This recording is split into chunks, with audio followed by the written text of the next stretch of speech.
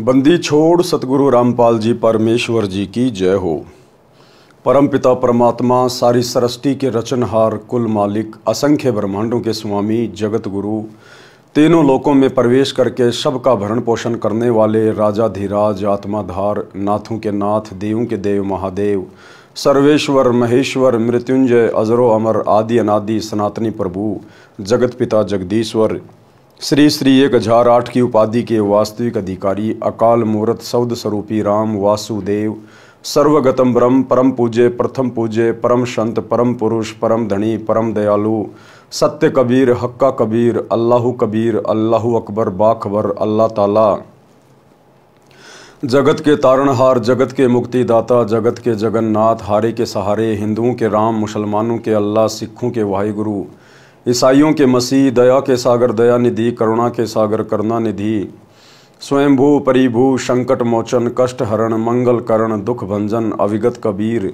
निर्विकार निर्विषम परमात्मा, अलय अलेख सतगुरु, आदि अनादि सतगुरु, असली मर्यादा पुरुषोत्तम, असली राम, असली कृष्ण, असली घनश्याम, असली मुरारी, राजाओं के राजा, महाराजाओं के महाराजा, शहंशाहों के शहंशाह, सम्राटों के सम्राट, भगवानों के भगवान, अल्लाहों के अल्लाह, प्रभुओं के प्रभु, मसीहों के मसीह, सच्चे वाहिगुरु, बाबाओं के बाबा, पीरों के पीर, सेठों के सेठ, जगत सेठ, सावड़सा सेठ, सर्वगुण संपन्न, अनंत कोटि कलाओं के स्वामी, अनंत कोटि ब्रह्मांडों के नायक, योगियों में महायोगी, ध्यानियों में महाध्यानी, सिद्धों में परम सिद्ध, ज्ञानियों में तत्वज्ञानी, ब्रह्म ज्ञानी, महाज्ञानी, परम ज्ञानी, सर्वश्रेष्ठ ज्ञानी, विज्ञानी, युवा कबीर, समृत कबीर, असमवात, अमित ओझा, सच्चे रहनुमा, करीम अल्लाह, सुभान अल्लाह, दुनिया के अंतिम पैगंबर, 8 सितंबर 1951 से गांव धनाना, जिला सोनीपत, हरियाणा, भारतवर्ष की पावन भूमि पे प्रकट रियल कल की भगवान श्री नारायण साकार हरि, श्री बाबा साहेब नूर अनंत परमात्मा, संत श्रोमणी सतगुरु रामपाल जी परमेश्वर जी के चरण कमल में साध संगति से जुड़े हुए देश विदेश से आप और हम सभी सत्सेवक भाई बहनों का अनंत कोटि दंडवत प्रणाम। सत्साई भाई और बहनों, दया परमपिता परमेश्वर जी की, सारी सृष्टि के रचनहार सतगुरु रामपाल जी भगवान की, जिनके शुभ आशीर्वाद से, विशेष आशीर्वाद से, उन्हीं के कर कमल से लिखित पवित्र पुस्तक जीने की राह के ऊपर वीडियो बनाने की श्रृंखला जारी है। इसी श्रृंखला में आज हमारा ये 26वें नंबर का वीडियो है। प्रत्येक वीडियो में गुरुदेव भगवान के आशीर्वाद से हमें भक्ति मार्ग से संबंधित बहुत सारी बातें पता चल रही हैं, जो हमारे विश्वास को दृढ़ कर रही हैं। भाई और बहनों, पवित्र पुस्तक जीने की राह के ऊपर कल हमारा लास्ट वीडियो होगा, अंतिम वीडियो होगा। उसके बाद सृष्टि रचना शुरू हो जाती है, जो कि गुरुदेव भगवान ने अपने सत्संगों में अनेकों बार अच्छे से समझाई हुई है। तो कल जीने की राह पुस्तक के ऊपर हमारा लास्ट वीडियो होगा।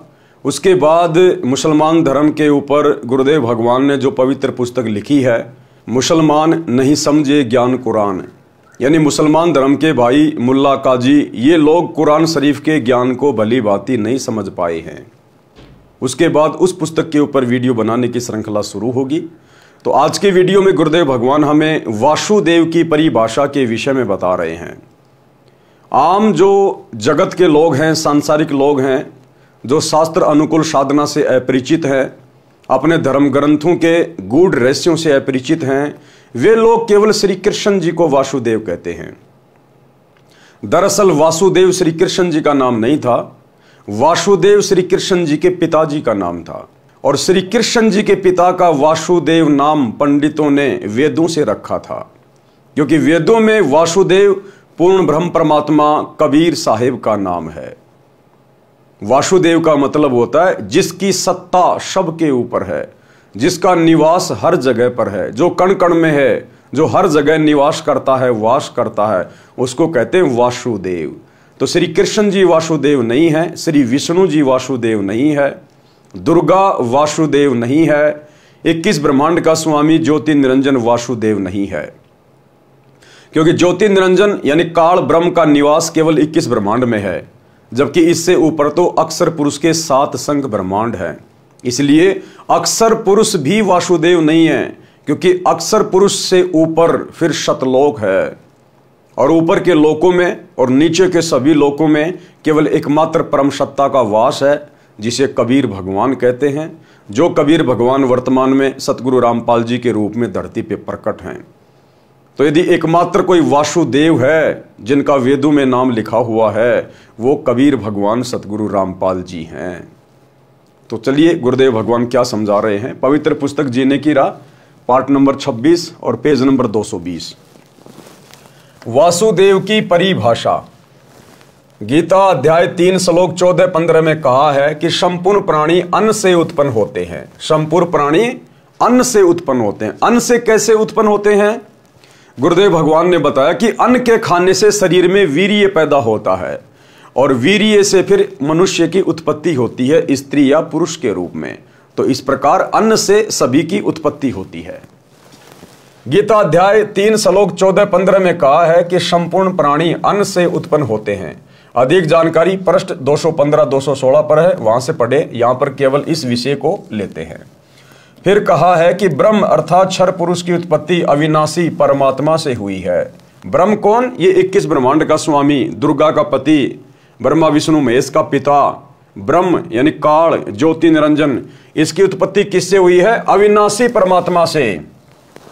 कौन अविनाशी परमात्मा? वही वासुदेव कबीर भगवान जो सबका उत्पत्ति करता है, जिसके विषय में गीता अध्याय 15 श्लोक 17 में कहा है। इससे सिद्ध है कि सर्वगतम ब्रह्म यानी सर्वव्यापी परम अक्षर ब्रह्म अर्थात वासुदेव सदा ही यज्ञों में प्रतिष्ठित है। विचार करें, सर्वगतम ब्रह्म का अर्थ है सर्वव्यापी परम अक्षर परमात्मा।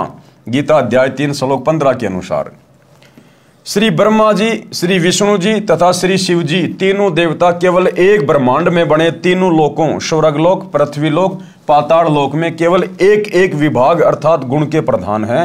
ये सर्वगतम ब्रह्म अर्थात सर्वव्यापी परमात्मा वासुदेव नहीं है। यानी काल ने तपस्या करके पूर्ण ब्रह्म परमात्मा कबीर देव भगवान से 21 ब्रह्मांड लिए हुए हैं और 21 ब्रह्मांड के एक ब्रह्मांड में काल ने जो सृष्टि रची हुई है, उस एक ब्रह्मांड में केवल 3 लोकों के प्रधान हैं ये ब्रह्मा विष्णु महेश, वो भी एक एक विभाग के। यानी श्री ब्रह्मा जी को काल ने सृष्टि रचना का कार्यभार सौंप रखा है। सृष्टि रचना यानी जीवों की उत्पत्ति करना अपने रजोगुण के प्रभाव से। विष्णु जी को कार्य दे रखा है उन सब का पालन पोषण करना, उन सबको मोह ममता में बांध के रखना। और शंकर जी को ड्यूटी दे रखी है उन सबको मार मार के फिर अपने पिता ज्योति निरंजन के पास तपस्या पे भेज देना, क्योंकि उसको प्रतिदिन 1 लाख मानव शरीर खाने का श्राप मिला हुआ है। तो श्री ब्रह्मा विष्णु महेश तो केवल 21 ब्रह्मांड में, केवल एक ब्रह्मांड में, और वो भी एक ब्रह्मांड के मात्र 3 लोकों के प्रधान देवता हैं, और वो भी एक एक डिपार्टमेंट के। तो ये भी सर्वगतम ब्रह्म परमात्मा नहीं है। नंबर 2, ब्रह्म यानी ब्रह्मा विष्णु महेश का पिता, जिसको क्षर पुरुष भी कहते हैं, ये केवल 21 ब्रह्मांडों का प्रभु है। ये भी सर्वव्यापी अर्थात वासुदेव नहीं है। इस काल ने भी सतलोक में तप करके केवल 21 ब्रह्मांड प्राप्त किए थे परमात्मा से। जो इसके 21 ब्रह्मांड को परमात्मा ने दुर्गा और काल सहित वहां से 16 संकोश की दूरी पे भेज दिया। तो ये काल भी केवल 21 ब्रह्मांड का ही स्वामी है। ये भी सर्वव्यापी परमात्मा नहीं है, वासुदेव नहीं है, सर्वगतम ब्रह्म नहीं है, क्योंकि इससे ऊपर तो फिर अक्षर पुरुष है। अक्षर पुरुष ये केवल 7 संघ ब्रह्मांडों का प्रभु है। ये भी सर्वव्यापी अर्थात वासुदेव नहीं है। अक्षर पुरुष भी वासुदेव नहीं है, ये केवल 7 संघ ब्रह्मांडों का स्वामी है। इससे ऊपर तो शतलोक, अलख लोक, अगम लोक और अनामी लोक है, जिसके विषय में अक्षर पुरुष जानता भी नहीं है। तो अक्षर पुरुष भी वासुदेव नहीं है। नंबर 4, परम अक्षर ब्रह्म, पूर्ण ब्रह्म परमात्मा, ये है वो कबीर देव सतगुरु रामपाल जी भगवान। ये है वासुदेव, जिस परमात्मा की सत्ता ऊपर से लेकर नीचे सबके ऊपर है। इन्होंने ही काल को 21 ब्रह्मांड दिए, इन्होंने ही अक्षर पुरुष को 7 संघ ब्रह्मांड दिए, और ऊपर के 4 लोक भी इन्होंने रचे। सभी जीवात्माओं की उत्पत्ति भी इन्होंने की, और इन सभी लोकों में प्रवेश करके सबका भरण पोषण यही कबीर भगवान सतगुरु रामपाल जी कर रहे हैं। तो ये हैं असल में वासुदेव। वेदों में इस कबीर भगवान को वासुदेव कहा गया है, जो पंडितों ने वेदों से वासुदेव नाम श्री कृष्ण जी के पिताजी का रख दिया था। परम अक्षर ब्रह्म यह सर्व ब्रह्मांडों का स्वामी है, सर्व का धारण पोषण करने वाला है, यह वासुदेव है। विशेष अधिक जानकारी के लिए पढ़ें इसी पुस्तक के सृष्टि रचना अध्याय में। जैसा कि आप जी को पूर्व में बताया है कि परम अक्षर ब्रह्म स्वयं पृथ्वी पर प्रकट होकर अच्छी आत्माओं को मिलते हैं। परम अक्षर ब्रह्म स्वयं पृथ्वी पर प्रकट होकर अच्छी आत्माओं को मिलते हैं। ये परमात्मा सतलोक से स्वयं ही गति करके आता है, चल के आता है, स्वयं ही प्रकट होता है, तत्वदर्शी संत की भूमिका निभाता है, सतगुरु की भूमिका निभाता है। ये सतलोक से किसी आत्मा को यहां भेजता नहीं है अपना अवतार बना के, अपना प्रतिनिधि बना के। ये स्वयं ही प्रकट होता है। जिसका काम उसी को साजे और करे तो मूर्ख बाजे। 21 ब्रह्मांड में काल के अधीन जितने भी आत्माएं हैं उनका मोक्ष केवल ये कबीर भगवान स्वयं ही आके करवाता है, किसी आत्मा के वश की बात नहीं है। इसीलिए तो कहा गया है कि परम अक्षर ब्रह्म स्वयं पृथ्वी पर प्रकट होकर अच्छी आत्माओं को मिलते हैं, उनको तत्व ज्ञान बताते हैं। इसी विधान अनुसार वही परमात्मा संत गरीबदास जी को, कौन परमात्मा? वही कबीर परमात्मा, परम अक्षर ब्रह्म वासुदेव कबीर देव, अपने विधान अनुसार वही परमात्मा संत गरीबदास जी को गांव छुडानी, जिला झज्जर, प्रांत हरियाणा में सन 1727 में मिले थे। कौन मिले थे गरीबदास जी को? वही परम अक्षर ब्रह्म वासुदेव कबीर परमात्मा। और एक छोटा सा सत्संग पूज्य गुरुदेव जी के मुख कमल से कि वर्तमान में वे कौन हैं, यानी वर्तमान में सतगुरु रामपाल जी कौन है? ये वही परमात्मा हैं जो सन 1727 में गांव छुडानी के खेतों में आदरणीय गरीबदास जी को मिले थे। छोटा सा सत्संग जिसमें गुरुदेव कह रहे हैं कि उत्तर दक्षिण पूर्व पश्चिम फिरदा दाने दाने नु, सर्व कला सतगुरु साहिब की हरि आए हरियाणे नु। कि भाई वो परमात्मा गरीबदास जी के समय आए और आज तुम्हारे सामने प्रत्यक्ष प्रकट है, अगर पहचान सको तो पहचान लो। छोटा सा सत्संग। तो क्या बताते हैं? उत्तर दक्षिण पूर्व पश्चिम फिरदा दाने दाने नो, और सर्व कला सतगुरु साहिब की हरि आए हरियाणे। गरीबदास जी के समय आए तेरी बारे भाई प्रगट सामने थारे, पहचाने जात पहचान लियो। गरीबदास जी के समय आए तेरी बारे भाई प्रगट सामने थारे, पहचाने जात पहचान लियो। गरीबदास जी के समय आए तेरी बारे भाई प्रगट सामने थारे, पहचाने जात पहचान लियो। तो भाई और बहनों, सत्संग आपने सुना, उम्मीद करता हूं समझ में आ गया होगा। गरीबदास जी को कौन मिले थे? गरीबदास जी के समय कौन आए थे? कबीर परमात्मा जिंदा बाबा के रूप में। और गुरुदेव कह रहे हैं वही आज तुम्हारे सामने प्रत्यक्ष प्रकट है, पहचान सको तो पहचान लो। तो वर्तमान में हमारे सामने कौन प्रत्यक्ष प्रकट है? सतगुरु रामपाल जी। तो कौन हुए सतगुरु रामपाल जी? गरीबदास जी के गुरु, गरीबदास जी के परमात्मा। ये स्वयं बंदी छोड़ कबीर साहिब है, वासुदेव है, परम अक्षर ब्रह्म है। अपने विधान अनुसार वही परमात्मा संत गरीबदास जी को गांव छुडानी, जिला झज्जर, हरियाणा प्रांत सन 1727 में मिले थे। एक जिंदा महात्मा की वेशभूषा में थे। गरीबदास जी की आत्मा को उस सनातन परम धाम में ले गए थे। कहां? सतलोक में। फिर ऊपर के सर्व ब्रह्मांडों तथा प्रभुओं की स्थिति बताकर तत्व ज्ञान से परिचित कराकर वापिस शरीर में छोड़ा था। उस समय संत गरीबदास जी की आयु 10 वर्ष की थी। उस दिन संत गरीबदास जी को मृत जानकर चिता पर रखकर अंतिम संस्कार की तैयारी कर रहे थे। उसी समय उनकी आत्मा को शरीर में प्रवेश करा दिया। जीवित होने पर सर्व कुल के लोगों की खुशी का ठिकाना नहीं रहा।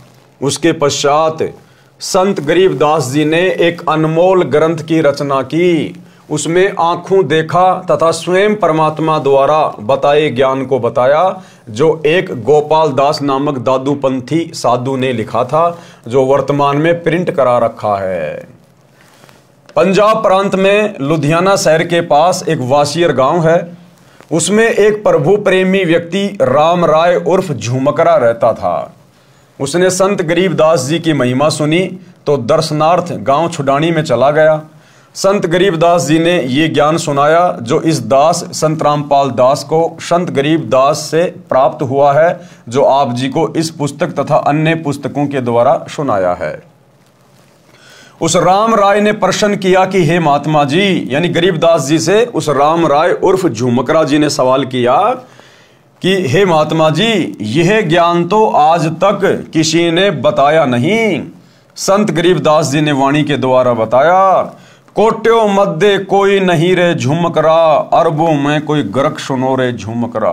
कि भाई राम राय उर्फ झुमकरा, ये तत्व ज्ञान बताने वाला संत तुझे करोड़ों में कोई नहीं मिलेगा, करोड़ों में। अरबों में तुझे कोई एक आध मिलेगा, अरबों में। आज पूरे विश्व की जनसंख्या अरबों में है, 8 अरब, और 8 अरब की जनसंख्या में मात्र एक ही सतगुरु है, एक ही तत्वदर्शी संत है, एक ही वो महापुरुष है जो इस संपूर्ण अध्यात्म को जानता है, और वो है सतगुरु रामपाल जी। क्योंकि ये स्वयं वासुदेव है, ये वासुदेव ही अपने द्वारा रची गई सृष्टि का ज्ञान ठीक ठीक बता सकते हैं, दूसरा कोई नहीं बता सकता। गरीबदास जी के रूप में भी यही कबीर परमात्मा सतगुरु रामपाल जी थे। तो कहते हैं कोट्यों मध्य कोई नहीं रे झुमकरा, यानी करोड़ों में तो तुझे कोई इस ज्ञान को बताने वाला ढूंढने से भी नहीं मिलेगा, और अरबों में कोई एक गरक, गरक यानी बिल्कुल कंप्लीट ज्ञान से लबालब, अरबों में कोई गरक सुनो रे झुमकरा। तो वर्तमान में इस पूरी पृथ्वी पर एकमात्र यदि कोई तत्वदर्शी संत है तो केवल सतगुरु रामपाल जी हैं, एकमात्र। कोट्यों मध्य कोई नहीं रे झुमकरा, अरबों में कोई गरक सुनो रे झुमकरा। अनुवाद व भावार्थ। संत गरीबदास जी ने बताया कि यह ज्ञान करोड़ों में किसी के पास नहीं मिलेगा, अरबों में किसी एक के पास मिलेगा। वह संत सर्व ज्ञान संपन्न, संपूर्ण साधना के मंत्रों से गरक अर्थात परिपूर्ण होता है। प्रिय पाठकों, वह संत वर्तमान में बरवाला जिला हिसार वाला है। ज्ञान समझो और लाभ उठाओ। बरवाला जिला हिसार वाला कौन? सतगुरु रामपाल जी। प्रश्न किया है, प्राचीन काल से चली आ रही भक्ति की साधना को आप गलत कैसे कह रहे हो? जैसे तप सर्व ऋषिजन किया करते थे, हम सर्व हिंदू समाज में देख रहे हैं। सब हरे कृष्णा हरे राम राधे राधे श्याम मिला दे, ओम नमः शिवाय, ओम नमो भगवते वासुदेवाय नमः, जय सिया राम राधे श्याम, ओम तत्सत में से कोई एक मंत्र का जाप करते आ रहे हैं, वर्तमान में भी कर रहे हैं। श्री रामचंद्र जी, श्री कृष्ण जी को हम पूर्ण परमात्मा मानते हैं, इसलिए इनके नाम जपते हैं। आप इन नाम जाप मंत्रों को व्यर्थ जाप बताते हैं, स्पष्टीकरण दीजिए। तो गुरुदेव भगवान ने क्या उत्तर दिया? प्राचीन काल में यदि ये साधना होती और ये मंत्र होते तो श्रीमद् भगवत गीता अध्याय 4 श्लोक 1 व 2 में गीता ज्ञान दाता ये नहीं कहते कि ये योग अर्थात जो भक्ति विधि में गीता ज्ञान में बता रहा हूं ये अब लुप्त प्राय हो गया है, नष्ट हो गया है। ये ज्ञान तथा भक्ति मैंने सूर्य देव से कही थी। अब बहुत सारे लोगों को शंका हो जाती है, जो लोग धर्मशास्त्रों से परिचित नहीं है, जो लोग विज्ञान को ज्यादा महत्व देते हैं, वो लोग जब ये सुनते हैं, गीता जी में इस अध्याय को पढ़ते हैं कि गीता जी में कहा गया है कि अर्जुन ये ज्ञान मैंने सबसे पहले सूर्य को दिया था, तो लोग सोच बैठते हैं कि ये सूर्य जो आग का गोला जो चमकता है, इसको भला कैसे ज्ञान दिया गया? इस आग के गोले को ज्ञान नहीं दिया गया।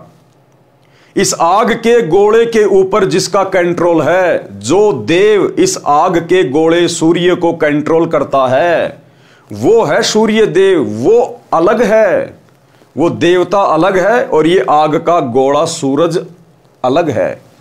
जिस प्रकार कोई बिजली मंत्री होता है, बिजली मंत्री, अब वो बिजली मंत्री कोई बिजली थोड़ी होता है, वो बिजली मंत्री एक इंसान है।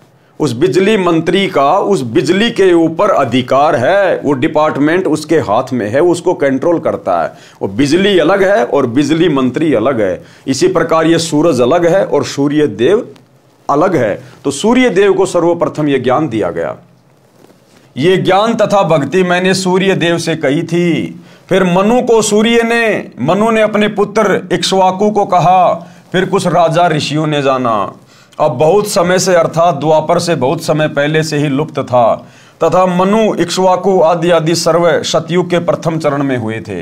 यदि आप श्री रामचंद्र जी पुत्र राजा दशरथ तथा श्री कृष्ण चंद्र जी श्री वासुदेव को पूर्ण परमात्मा मानते हैं, इसलिए इनके नाम हरे राम हरे कृष्ण आदि आदि जाप करते हैं और इन्हीं से मोक्ष मानते हैं, तो श्रीमद् भगवद गीता में वर्णित यथार्थ प्राचीन योग अर्थात भक्ति की विधि के विपरीत होने से व्यर्थ हैं। शास्त्र विधि त्याग कर मनमाना आचरण हुआ, जिस कारण से उपरोक्त प्रश्न में लिखे अन्य मंत्र भी शास्त्र प्रमाणित नहीं हैं, इसलिए व्यर्थ है। गीता अध्याय 16 श्लोक 23-24 में कहा है कि जो पुरुष शास्त्र विधि को त्याग कर मनमाना आचरण करते हैं, उनका न तो सुख होता है, न सिद्धि प्राप्त होती है, न उनकी गति होती है, अर्थात व्यर्थ साधना है। गीता अध्याय 16 श्लोक 23 से। अब भाइयों और बहनों, पूरी गीता में चारों वेदों में दुनिया वाले जो भी मनमुखी नामों का जाप करते हैं, राधा राधा श्याम मिला दे, हरे राम हरे कृष्णा, ओम नमः शिवाय, जय गणेश, कोई भी मंत्र आपको ना तो चारों वेदों में देखने और सुनने को मिलेंगे, ना आपको पूरी गीता जी में कहीं पे सुनने और देखने को मिलेंगे, जो हमारे शास्त्रों में नहीं है। क्योंकि भक्ति विधि हमारे शास्त्रों में है और शास्त्रों में इन मंत्रों का कहीं जिक्र नहीं, कहीं कोई उल्लेख नहीं है, फिर भी हम इन मंत्रों का जाप कर रहे हैं एक दूसरे की देखा देखी। तो हम तो मूर्ख प्राणी हैं, मूर्ख प्राणी। हमें अध्यात्म का ज्ञान ही नहीं है, हम तो केवल देखा देखी में भेड़ चाल में चल रहे हैं। तो अगर यही मंत्र यदि सतयुग में कोई जाप कर रहा होता, त्रेता में कोई जाप कर रहा होता, तो फिर गीता जी में भी होने चाहिए थे। और सतयुग के इंसान तो जानते ही नहीं थे श्री राम कौन है, क्योंकि श्री रामचंद्र जी का जन्म तो सतयुग के बाद त्रेता युग में हुआ था। और त्रेता युग के इंसान श्री कृष्ण को नहीं जानते थे, क्योंकि त्रेता युग के बाद द्वापर में श्री कृष्ण जी का जन्म हुआ है। तो ये भगवान कैसे हो गए, परमात्मा कैसे हो गए, वासुदेव कैसे हो गए? तो ये शास्त्र विधि को त्याग के मनमान आचरण है। गीता अध्याय 16 श्लोक 24 में कहा है कि इससे तेरे लिए अर्जुन कर्तव्य और अकर्तव्य की व्यवस्था में शास्त्र ही प्रमाण है। यानी कौन से कर्म करने चाहिए, कौन से भक्ति कर्म नहीं करने चाहिए, सही भक्ति क्या है, सही नाम क्या है, अर्जुन तेरे लिए शास्त्र ही प्रमाण है। किसी गुरु महात्मा की देखा देखी मत लग जाना, किसी के कहने से किसी के बहकाव में आके मनमुखी साधना शुरू मत करना। यानी गीता और चारों वेदों में जिस साधना को करने के लिए परमात्मा ने कहा है, केवल उसी विधि से साधना करना सर्वश्रेष्ठ है। भावार्थ है कि जो भक्ति की विधि प्रमाणित शास्त्रों में चारों वेदों ऋग्वेद, यजुर्वेद, सामवेद तथा अथर्ववेद तथा इन्हीं चारों वेदों का सारांश श्रीमद् भगवत गीता तथा सूक्ष्म वेद जो परमात्मा स्वयं ने अपने मुख कमल से बोला था, ये भक्ति के ज्ञान तथा समाधान के प्रमाणित शास्त्र हैं, वर्णित नहीं है। वह शास्त्र विरुद्ध साधना है। इससे भक्ति के कौन कौन से कर्म करने चाहिए और कौन से नहीं करने चाहिए, उनके लिए शास्त्रों को ही आधार मानो। शास्त्रों में वर्णित भक्ति विधि को अपनाओ और सब त्याग दो। श्री राम जी का जन्म त्रेता युग के अंतिम चरण में हुआ था।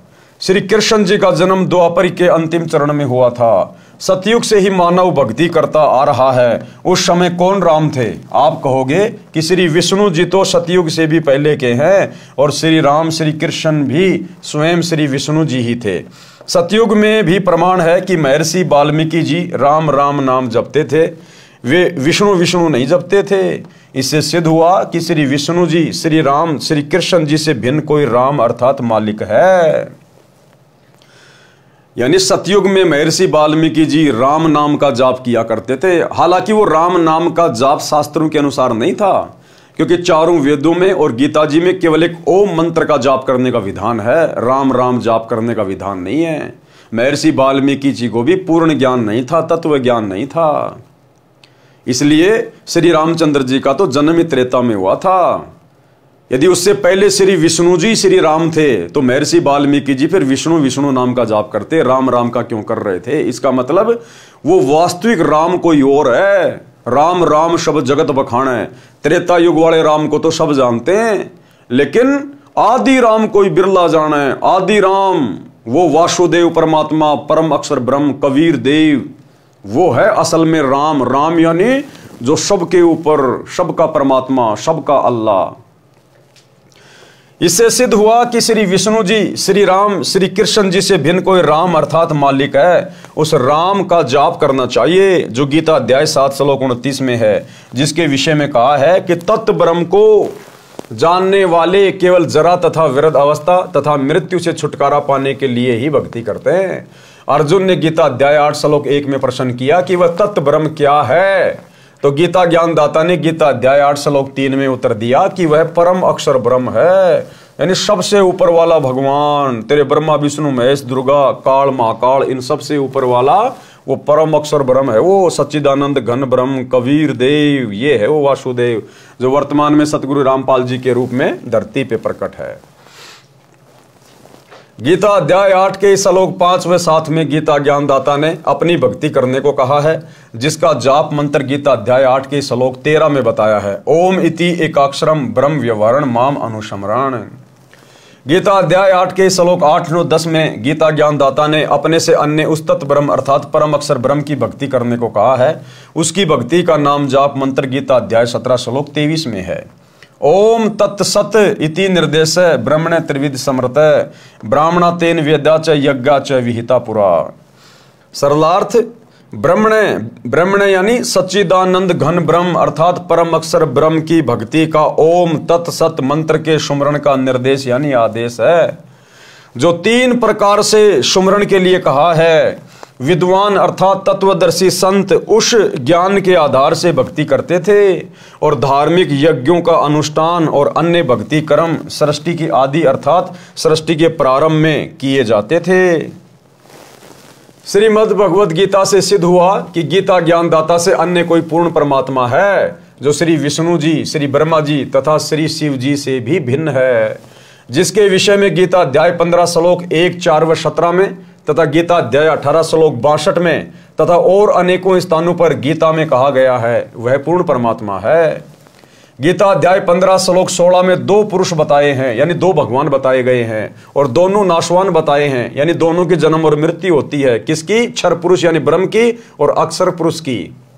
उनके अंतर्गत जितने प्राणी हैं वे भी नाशवान हैं। क्षर पुरुष ये केवल 21 ब्रह्मांडों का प्रभु है और अक्षर पुरुष ये 7 संग ब्रह्मांड का प्रभु है। ये दोनों ही पूर्ण परमात्मा नहीं है। गीता अध्याय 15 श्लोक 16। गीता अध्याय 15 श्लोक 17 में गीता ज्ञानदाता ने कहा कि उत्तम पुरुष तू अन्य, अर्थात इन दोनों से उत्तम पुरुषोत्तम तो कोई और ही है, परमात्मा तो कोई और ही है। कि उत्तम पुरुष तू अन्य अर्थात पुरुषोत्तम तो कोई ऊपर वर्णित दोनों पुरुषों यानी दोनों भगवानों क्षर पुरुष तथा अक्षर पुरुष से अलग है, जिसको परमात्मा इति उदारत है यानी परमात्मा कहा गया है। ये लोकत्रयम जो तीनों लोकों में आविश्य विभर्ति यानी प्रवेश करके धारण पोषण करता है, अवय ईश्वर है यानी अविनाशी परमेश्वर है। गीता अध्याय 15 श्लोक 17 का निष्कर्ष है ये कि क्षर पुरुष और अक्षर पुरुष से अलग कोई और पुरुषोत्तम है और परमात्मा है जो तीनों लोकों में प्रवेश करके सबका भरण पोषण करता है। वास्तव में वो परमात्मा है। पूर्ण परमात्मा परम अक्षर ब्रह्म है, सिद्ध हुआ। उसकी भक्ति का मंत्र ओम तत्सत है, ये भी सिद्ध हुआ। ओम तत्सत जो तीनों मंत्र हैं ये उपरोक्त तीनों प्रभुओं यानी ओम मंत्र तो क्षर पुरुष का अर्थात काल का है जो गीता का ज्ञान दे रहा है, और तत् ये सांकेतिक है जो इसी पुस्तक में पूर्व में विवरण है वहां पढ़ें। ये तत् नाम जाप अक्षर पुरुष का है, और सत जो तीसरा मंत्र है ये भी सांकेतिक है। अधिक विस्तार पूर्व में दिए प्रकरण में इसी पुस्तक में पढ़ें। ये सत मंत्र परम अक्षर ब्रह्म का है जिसको सार नाम कहते हैं, लेकिन ये सांकेतिक है, कोड वर्ड में है। ये केवल सतगुरु रामपाल जी बताएंगे कि वास्तव में वो मंत्र क्या है। श्रीमद् भगवद गीता में ये पूर्ण मोक्ष प्राप्ति के सांकेतिक मंत्र हैं जो आज तक यानी सन 2012 तक किसी ने नहीं स्पष्ट किए। आप जी जो हरिओम तत्सत जाप करते हैं वह भी व्यर्थ है, क्योंकि आप जी को तत् तथा सत के वास्तविक मंत्रों का ज्ञान नहीं है। यानी ये तत्व क्या है और सत क्या है ये कोड वर्ड में है, यानी वास्तविक मंत्र क्या है वो किसी को पता नहीं है एकमात्र सतगुरु रामपाल जी के अलावा। उदाहरण, एक धनी व्यक्ति ने अपने धन को अपने घर में गड्ढा खोदकर दबा दिया। उस स्थान का केवल धनी व्यक्ति को ही पता था। उस धनी व्यक्ति ने एक बही में सांकेतिक स्थान लिख दिया। धनी व्यक्ति की मृत्यु अचानक हो गई। पिता का संस्कार करके पुत्रों ने वह पैड उठाई जिसमें पिताजी कहता था कि इस बही में धन कहाँ है, ये लिखा है, जिसे पिताजी किसी को नहीं दिखाते थे। धनी व्यक्ति के मकान के आगे आंगन था। उस आंगन के एक कोने में मंदिर बना था। बही में लिखा था कि चांदनी 14 रात्रि 2 बजे सारा धन मंदिर के गुंबज में दबा रखा है। लड़कों ने मंदिर का गुंबज रात्रि के 2 बजे फोड़कर धन खोजा, कुछ नहीं मिला। बच्चों को बड़ा दुख हुआ। एक दिन उनके पिता का मित्र दूसरे गांव से शोक व्यक्त करने आया। बच्चों ने यथास्थान पर धन न मिलने की चिंता जताई। उस धनी के मित्र ने वह बही मंगाई और व्याख्या पढ़ी तो कहा कि मंदिर के गुंबज का पुनः निर्माण कराओ। वैसा ही कराना, मैं फिर किसी दिन आऊंगा, तब धन वाला स्थान बताऊंगा। वह व्यक्ति चांदनी 14 को आया। रात्रि के 2 बजे जिस स्थान पर मंदिर के गुंबज की चांद की रोशनी से छाया थी, उस स्थान पर खुदाई कराई। सारा धन बही में लिखा था वह मिल गया। बच्चे खुश तथा धनी हुए। आप जी जो हरिओम तत्सत का जाप कर रहे हो, आप मंदिर का गुंबज खोद रहे हो, कुछ भी हाथ नहीं आएगा। यथास्थान वास्तविक मंत्र मेरे यानी संत रामपाल दास के पास है, उनको ग्रहण करके भक्ति धनी तथा सुखी हो। परमात्मा कहते हैं वस्तु कहां खोजे कहां और किस विध लागे हाथ, और भाई एक पलक में पाइए बेदी ले ले साथ। तो ये ओम तत् सत क्या है, इनके पीछे छुपे हुए वो वास्तविक मंत्र क्या हैं, इनका भेद वर्तमान में केवल सतगुरु रामपाल जी के पास है, क्योंकि ये वासुदेव है, इन्होंने इन मंत्रों का आविष्कार किया है। प्रश्न किया है, राधा जी गांव बरसाना उत्तर प्रदेश नजदीक वृंदावन की रहने वाली थी। वहां के व्यक्ति राधे राधे नाम जपते हैं। सुबह सुबह या कभी कभी आपस में मिलते हैं तो वे राम राम नहीं बुलाते, वे कहते हैं चाचा राधे राधे। चाचा कहता कि बेटा राधे राधे, क्या वे मूर्ख हैं?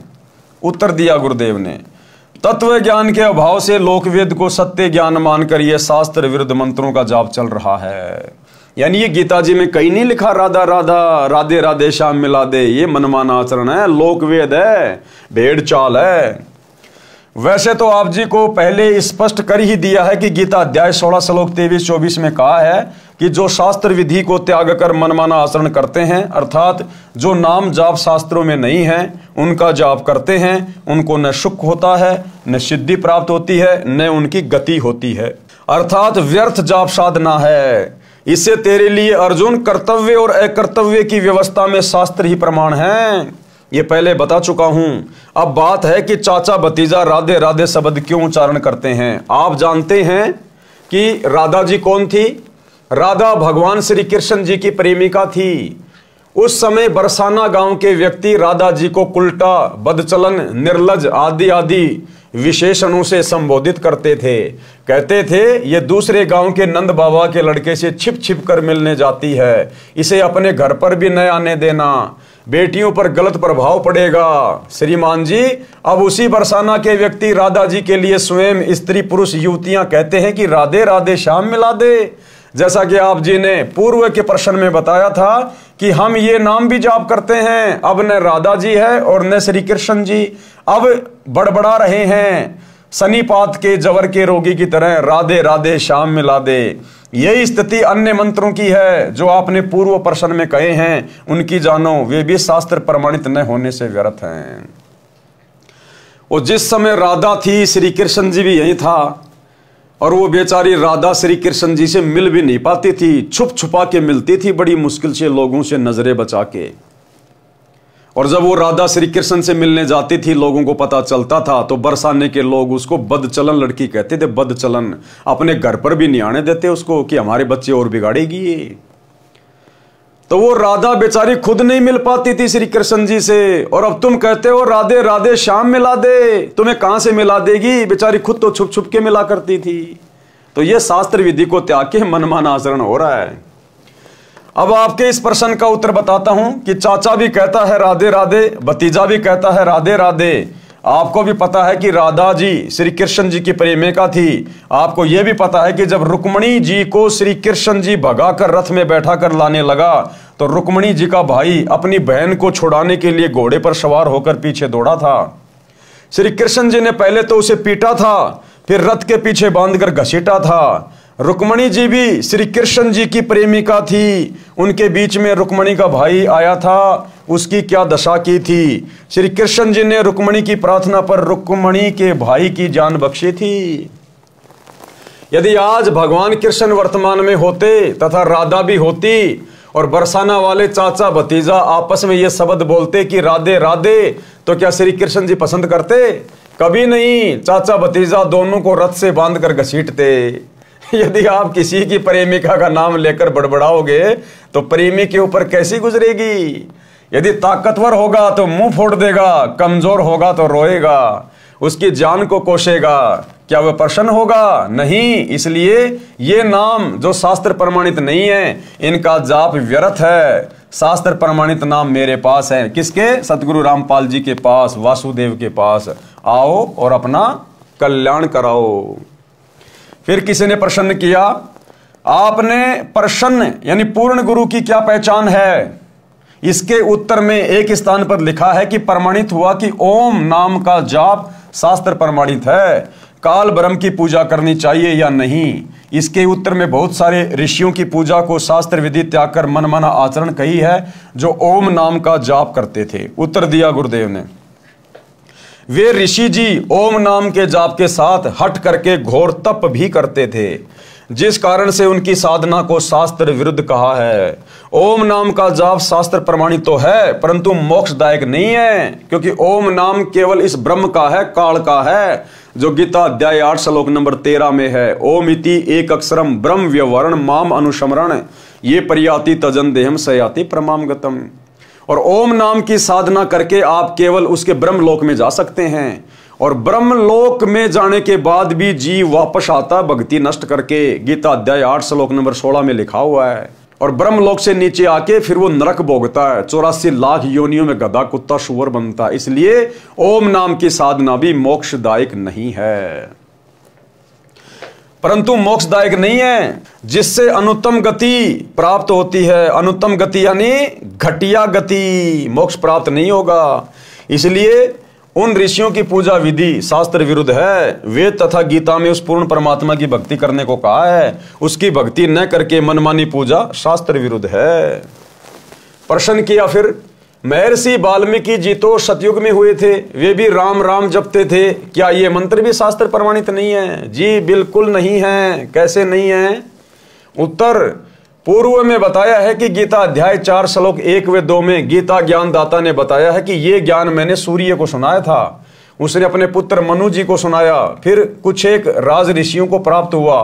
सतयुग के प्रारंभ में ही ये सब सूर्य, मनु व राज ऋषि हुए, उनके बाद ये ज्ञान नष्ट हो गया था। महर्षि वाल्मीकि जी को सप्त ऋषि मिले थे, उन्होंने तपस्या करके सिद्धियां प्राप्त की थी, वही हठ योग करके तप विधि महर्षि वाल्मीकि जी को उन्होंने बता दी। जिस हठ योग तप को महर्षि वाल्मीकि जी ने तन मन से श्रद्धा से किया, कुछ समय उपरांत शरीर के ऊपर के भाग यानी सिर में से आवाज सुनाई दी थी, वह थी राम राम। उसी शब्द का उच्चारण महर्षि वाल्मीकि जी तपस्या के दौरान करने लगे, यानी मनमाना आचरण करने लगे। काल ने वो आकाशवाणी कर दी राम राम, क्योंकि उसने तो भक्ति का ड्रामा बना के रखना है, सबको अपने भोजन के लिए शास्त्र विरुद्ध साधना पे लगा के रखना है। सुनने वाले को ऐसा लगता है जैसे ये मरा मरा बोल रहे हैं, वास्तव में राम राम का ही उच्चारण किया करते थे। उनको तपस्या का परिणाम मिला, उनमें सिद्धियां प्रवेश हो गई, उनकी दिव्य दृष्टि खुल गई, जिस कारण से उन्होंने श्री रामचंद्र जी के जन्म से हजारों वर्ष पूर्व ही रामायण अर्थात श्री रामचंद्र जी के जन्म की जीवनी सर्व घटनाएं लिख दी थी। ग्रंथ का नाम है वाल्मीकि रामायण, जो संस्कृत भाषा में लिखी गई थी। राम राम के जाप से कोई आध्यात्मिक लाभ नहीं होता, परंतु परमात्मा का बोधक शब्द होने से, उच्चारण करने से परमात्मा की भूल नहीं पड़ती। इसलिए राम नाम के उच्चारण का प्रचलन हिंदू धर्म में प्राचीन समय से है। जैसे स्वामी रामानंद जी राम राम शब्द से संबोधित करते थे, उनके शिष्य भी एक दूसरे को राम राम से संबोधित करते थे, परंतु जाप ओम मंत्र का किया करते थे। इसी प्रकार हम कबीर पंथी सत साहेब बुलाते हैं, हमारा जाप मंत्र अन्य है। उसी भक्ति से भगवान तक जाया जा सकता है। सूक्ष्म वेद में कहा है, सतगुरु मिले तो इच्छा मेटे, पद मिल पद समाना, चल हंसा उस लोक पठाऊं जो अजर अमर अस्ताना। चार मुक्ति जहां चंपी करती माया हो रही दासी, दास गरीब अभय पद पर से वो मिले राम अविनाशी। अब भक्ति किस भगवान की करनी चाहिए, किस प्रभु की करनी चाहिए? गीता जी के अनुसार, यानी गीता जी क्या कह रही है कि भक्ति किस प्रभु की करनी चाहिए। इसलिए सूक्ष्म वेद में कहा है, भजन करो उस रब का जो दाता है कुल सबका, कि उस प्रभु का, उस भगवान का, उस रब का, उस मालिक का भजन करो जो सबका रब है, सबका भगवान है, सबका परमात्मा है, जो वासुदेव है, उस परम अक्षर ब्रह्म का, कबीर देव का, जो वर्तमान में सतगुरु रामपाल जी के रूप में धरती पे प्रकट है। श्रीमद् भगवद गीता अध्याय 15 श्लोक 1 से 4 तथा 16-17 में कहा है कि यह संसार ऐसा है जैसे पीपल का पेड़ है। जो संत इस संसार रूपी पीपल के पेड़ की मूल यानी जड़ों से लेकर तीनों गुणों रूपी शाखाओं तक सभी भाग भिन्न भिन्न बता देता है, स वेदवित, वह वेद के तात्पर्य को जानने वाला है, अर्थात वह तत्वदर्शी संत है। यानी सृष्टि की रचना कैसे हुई, काल के 21 ब्रह्मांड कैसे आए, कहां से आए, ब्रह्मा विष्णु महेश की उत्पत्ति कैसे हुई, ब्रह्मा विष्णु महेश की भक्ति मार्ग में क्या स्थिति है, कितनी इनकी पावर है, कहां तक के ये भगवान है, अक्षर पुरुष कौन है, उसके साथ संग ब्रह्मांड कहां से आए, कैसे आए, और ऊपर के चारों अजर अमर लोक क्या हैं, जो इस संपूर्ण सृष्टि रचना को बता दे, इस भक्ति रूपी पेड़ की संरचना को बता दे, वो है वासुदेव, वो है वो प्रभु जिसकी भक्ति करनी चाहिए। अपने द्वारा रची सृष्टि का ज्ञान तथा वास्तविक अध्यात्म ज्ञान परमात्मा स्वयं पृथ्वी पर प्रकट होकर अपने मुख कमल से सुनाता है। अपने द्वारा रची गई सृष्टि का ज्ञान परमात्मा स्वयं पृथ्वी पर प्रकट होकर, यानी आज सतगुरु रामपाल जी ये कबीर भगवान 8 सितंबर 1951 से गांव धनाना जिला सोनीपत हरियाणा में प्रकट हैं। और ये सृष्टि रचना का ज्ञान, ये संसार रूपी पीपल के पेड़ की संरचना जो गीता जी में लिखी हुई है अध्याय 15 श्लोक 1 से 4 में केवल सतगुरु रामपाल जी परमेश्वर जी ने बताई है, सतयुग से लेकर वर्तमान समय तक पूरी व्याख्या करके।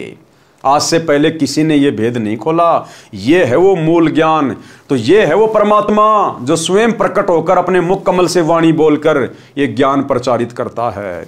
एक छोटा सा सत्संग पूज्य गुरुदेव जी के मुख कमल से कि अपने द्वारा रची गई सृष्टि का सही सही ज्ञान वो परमात्मा स्वयं ही सतलोक से चलकर आके देता है। सुनिए, तो इससे सिद्ध है कि ना वेद कंप्लीट ज्ञान रखते हैं उस परमात्मा के पाने का, उसके लिए ऑप्शन छोड़ दिया कि उसको तो तत्वदर्शी संत ही बताएंगे।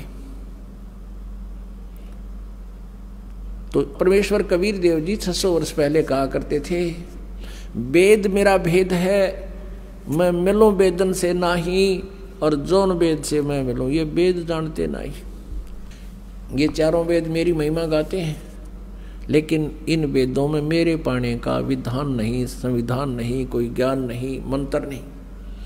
और जौन वेद से, जिस विधान ज्ञान से, जिस मंत्र से मेरी प्राप्ति हो, इन वेदों में वर्णित नहीं है, वेद नहीं जानते। और वेद तो खुद कह रहे हैं कि वो तो तत्वदर्शी संत बताएंगे। वो तत्वदर्शी संत की भूमिका करने भी स्वयं ही परमेश्वर आए थे। ना जीव तत्वदर्शी नहीं हो सकता, अध्यात्म ज्ञान से जीव परिचित नहीं हो सकता भगवान की रची सृष्टि को। और जीव उससे उत्पन्न प्राणी कैसे बता देगा? ये ब्रह्म भी, ब्रह्मा विष्णु महेश भी, और दुर्गा भी, ये सभी देवता भी, और यो काल भी, ब्रह्म भी और परब्रह्म भी, ये सब उस परमात्मा से उत्पन्न है। तो परमात्मा के द्वारा उत्पन्न की गई सृष्टि को उसके बालक नहीं बता सकते, संतान नहीं बता सकती, तो पिता ही बतावे। तो भाई और बहनों, सतगुरु रामपाल जी किसी के अवतार नहीं है, किसी के दास नहीं है, कोई संदेशवाक नहीं है। ये स्वयं ही कबीर देव है, वासुदेव है, परम अक्षर ब्रह्म है। अपने द्वारा रची सृष्टि का ज्ञान तथा वास्तविक अध्यात्म ज्ञान परमात्मा स्वयं पृथ्वी पर प्रकट होकर अपने मुख कमल से सुनाता है। प्रमाण के लिए पढ़े निम्न वेद मंत्र। इन मंत्रों की फोटोकॉपी कृपया देखें पुस्तक गीता तेरा ज्ञान अमृत में, जिनका अनुवाद आर्य समाज के प्रवर्तक महर्षि दयानंद तथा उसके अनुयायियों ने किया है। उनकी त्रुटियां लेखक संत रामपाल दास ने शुद्ध की है। ऋग्वेद मंडल नंबर 9 सूक्त 86 मंत्र 26-27, ऋग्वेद मंडल नंबर 9 सूक्त 82 मंत्र 1 और 2, ऋग्वेद मंडल नंबर 9 सूक्त 96 मंत्र 16 से 20, ऋग्वेद मंडल नंबर 9 सूक्त 94 मंत्र 1, ऋग्वेद मंडल नंबर 9 सूक्त 95 मंत्र 2, ऋग्वेद मंडल नंबर 9 सूक्त 54 मंत्र 3, ऋग्वेद मंडल नंबर 9 सूक्त 20 मंत्र 1 में प्रमाण है कि जो सर्व ब्रह्मांडों का रचनहार, सर्व का पालनहार परमेश्वर है, वह सभी भवनों के ऊपर के लोक में बैठा है, यानी वो अनामी लोक में बैठा है, अकह लोक में। ऋग्वेद मंडल नंबर 9 सूक्त 54 मंत्र 3, वह परमात्मा वहां से गति करके अर्थात सशरीर चलकर यहां पृथ्वी पर आता है। जैसे कि 8 सितंबर 1951 को सांसारिक चरम दृष्टि को धोखा देते हुए ये कबीर भगवान सतगुरु रामपाल जी सशरीर 8 सितंबर 1951 को गांव धनाना, जिला सोनीपत, हरियाणा में प्रकट हुए। वह परमात्मा वहां से गति करके अर्थात सशरीर चलकर यहां पृथ्वी पर आता है, भक्तों के कष्टों का नाश करता है, लाखों भक्तों के उजड़े हुए परिवारों को ऋषि परिवार बना दिया। जो चैन समोकर थे, नशेड़ी थे, मांसाहारी थे, जुआरी थे, परमेश्वर ने आज उनको भगत बना दिया। जिनको संतान नहीं थी, परमेश्वर ने उनकी गोद हरी कर दी। डॉक्टरों ने जिनको डिक्लेयर कर दिया था कि आपकी मृत्यु निश्चित है, कोई बचा नहीं सकता, परमात्मा ने उनको अपने आशीर्वाद से, भक्ति से स्वस्थ कर दिया। 100 साल की उम्र प्रदान कर दी गुरुदेव भगवान ने। निर्धन को धनवान बना दिया परमात्मा ने, रोगी को स्वस्थ कर दिया गुरुदेव भगवान ने, जो कि वासुदेव के गुणों में लिखा हुआ है। भक्तों के संकटों का नाश करता है, उसका नाम कबीर देव अर्थात कबीर परमेश्वर है। यहाँ पर अच्छी आत्माओं को मिलता है, उनको तत्व ज्ञान अपने मुख कमल से बोलकर बताता है। तो आज वो तत्व ज्ञान गुरुदेव अपने मुख कमल से बोल के सुना रहे हैं। अन्यथा इनके अलावा पृथ्वी पर दूसरा कोई संत नहीं है जो तत्व ज्ञान की छींट भी जानता हो। वह परमात्मा ऊपर के लोक में बैठा है। ऋग्वेद मंडल नंबर 9 सूक्त 86 मंत्र 26-27, मंडल 82 मंत्र 1-2 तथा मंडल 9 सूक्त 20 मंत्र 1।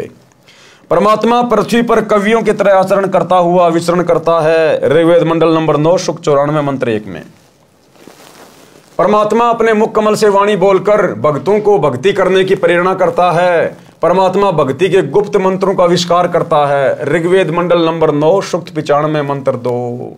सार नाम और सार शब्द ये सतगुरु रामपाल जी परमेश्वर जी के पास हैं, ये गुप्त मंत्र और किसी के पास नहीं है। परमात्मा तत्व ज्ञान को कबीर वाणी यानी कबीर वाणी द्वारा लोकोक्तियों, दोहों, चौपाइयों द्वारा बोलकर सुनाता है। वह कबीर देव, कबीर परमेश्वर है जो संत रूप में प्रकट होता है। उस परमेश्वर द्वारा ऋषि या संतों द्वारा रची असंख्य वाणियां जो तत्व ज्ञान है, वे उनके अनुयायियों के लिए अमृत तुल्य आनंददायक होती हैं।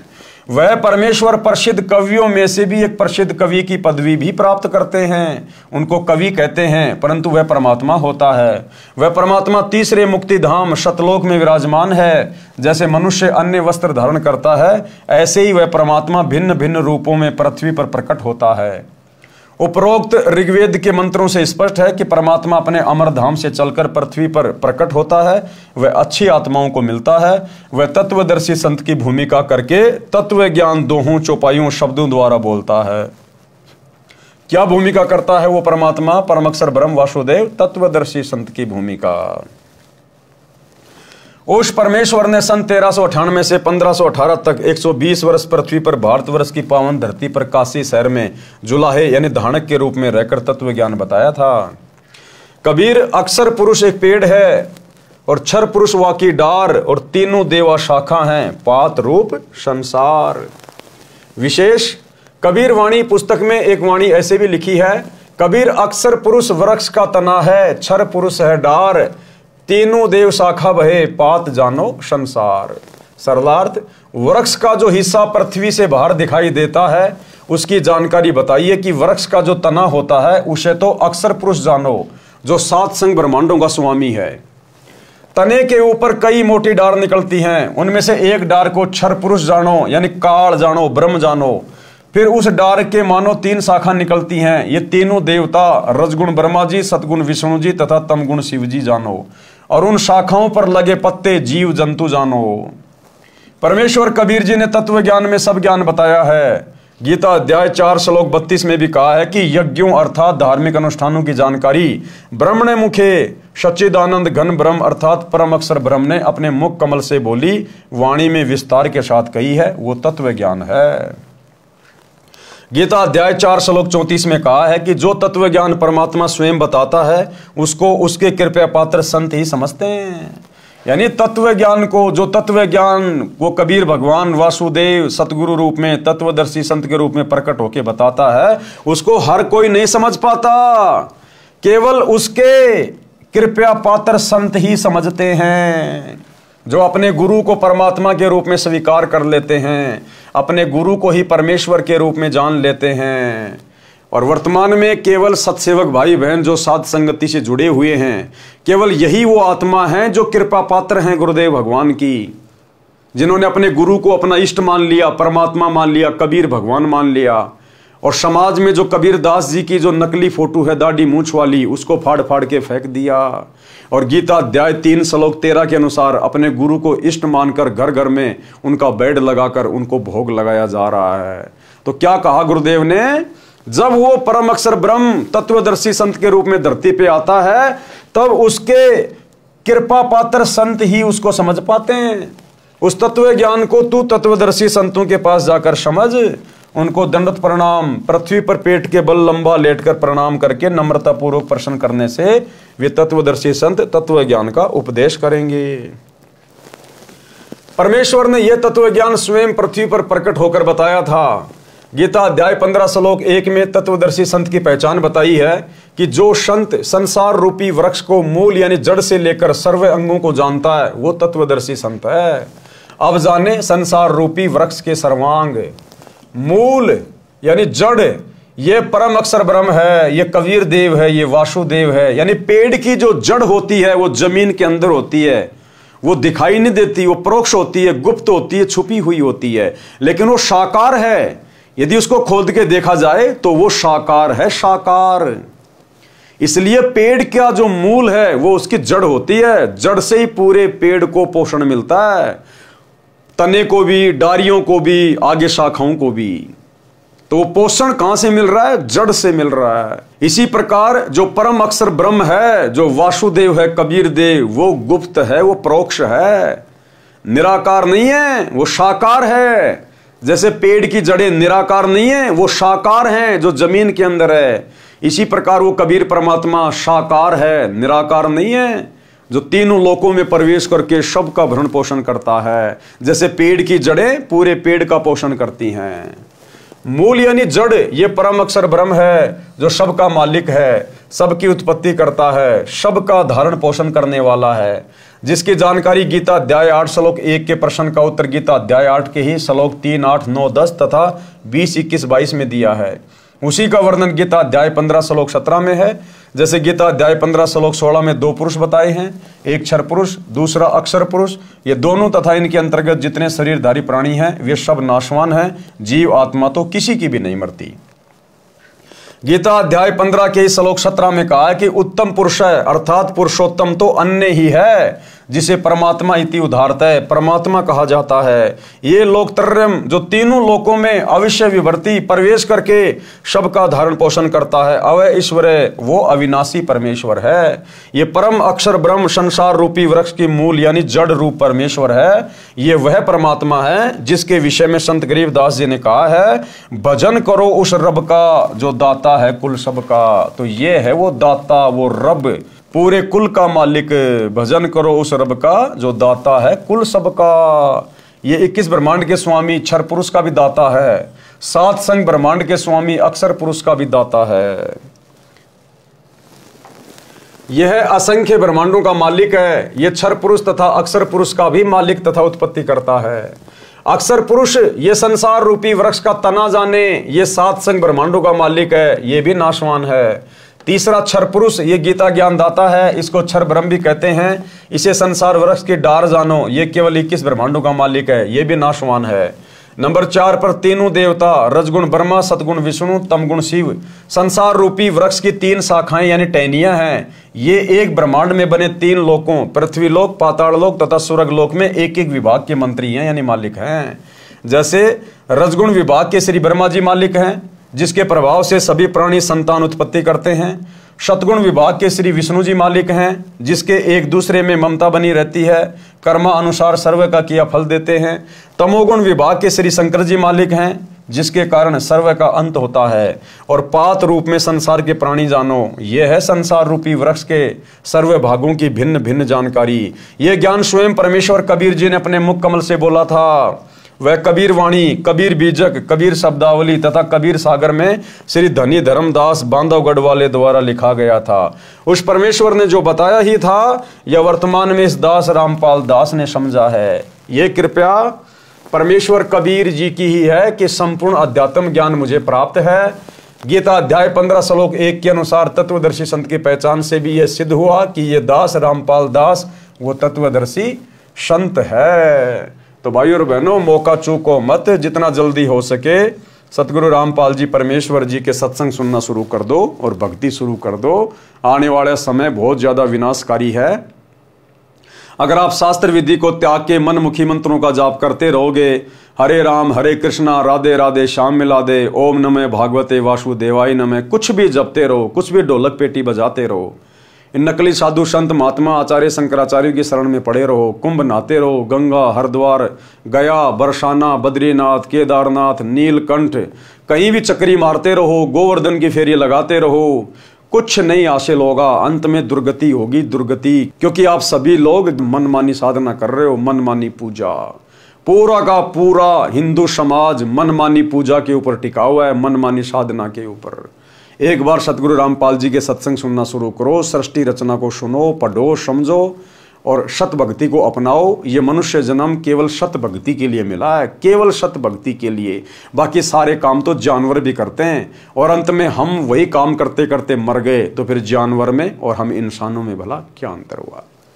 तो भाइयों और बहनों, आज के जीने की राह पुस्तक के ऊपर बन रहे वीडियो में केवल इतना ही। कल हमारा लास्ट वीडियो होगा, अंतिम वीडियो होगा जीने की राह पुस्तक के ऊपर। तो कल रात्रि सभी भाई बहन 8 बजे फिर से जुड़िए। तब तक गुरुदेव भगवान हम सबको आज्ञा दें, इजाजत दें, सद्बुद्धि दें, आशीर्वाद दें। बंदी छोड़ सतगुरु रामपाल जी भगवान की जय हो।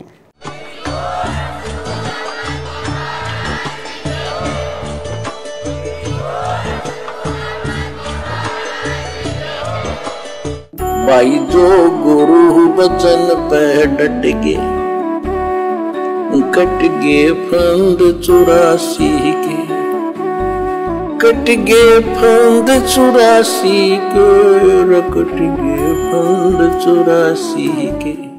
भाई जो गुरु बचन पे डट गे, कट गे फंद 84 के।